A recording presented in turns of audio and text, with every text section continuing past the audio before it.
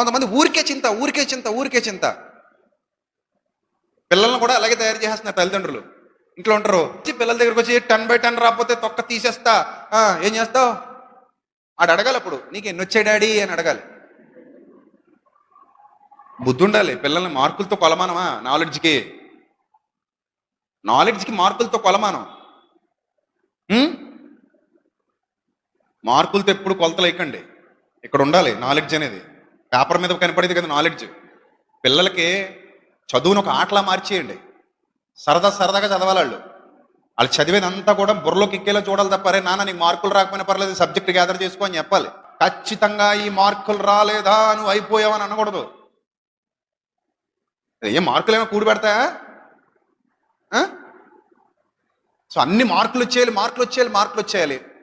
వాళ్ళు పిచ్చోళ్ళు అయిపోతారు. పాపం ఇప్పుడు పిల్లల్లో చాలా మంది కళ్ళు జోళ్ళు. వాళ్ళు ఇలా చూస్తుంటాడు, మొహం అందంగా ఉంటుంది, ఒక కళ్ళజోడు తగిలిచ్చేస్తే ఇక్కడ మచ్చ, ఇక్కడ ఇలాగా. ఎందుకు ఇలాగ వచ్చే కళ్ళజోళ్ళు అంటే ఇంకంతే, మన ఒత్తిడి ఎక్కువైపోతుంది. అంటే చదువు వద్దని కాదు, మార్కులు వద్దని కాదు నేను చెప్పేది, వాళ్ళ మీద భారం పెట్టొద్దు అని. వాళ్ళని డిప్రెస్ చేసేయొద్దు. చిన్నప్పటి నుంచి వాళ్ళను టెన్షన్ గురి చేసేసి చంపేయకండి.